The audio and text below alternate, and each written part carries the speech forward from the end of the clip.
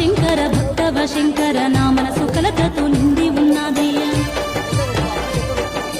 నా కడుపున నేను పిల్లలగని నవమాసాలు మోయాలనుందయ్యా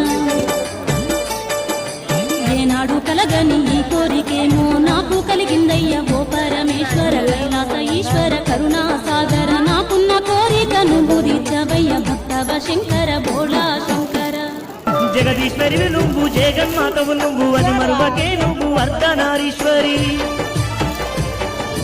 పిల్లల మీద మనసు పడబోకు లేనిపోని చింతను వడబోకు